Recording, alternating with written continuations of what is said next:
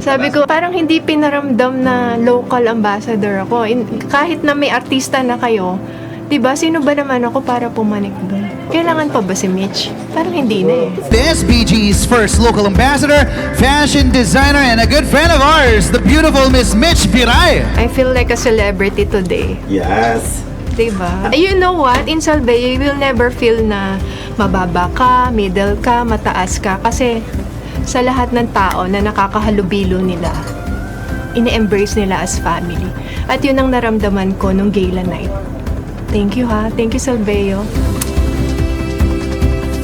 Kahit na may artista na kayong endorser, kailangan pa ba si Mitch? Parang hindi na eh. Parang yun ang naano ko, pero hindi.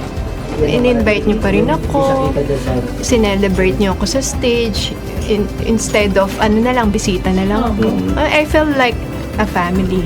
Yun talaga yung na-feel ko nung araw na yun. Kasi it's a surprise eh, hindi ko talaga siya alam. I felt love. Hindi ko na-feel na local ambassador ako. Ang saya. Saya sa pakiramdam. It's a different kind of experience for me. To be invited is something. And to be on the stage and celebrated is another thing. Parang amazingly wow. Kaya nga sabi ko, wow! Napaganon pa ako.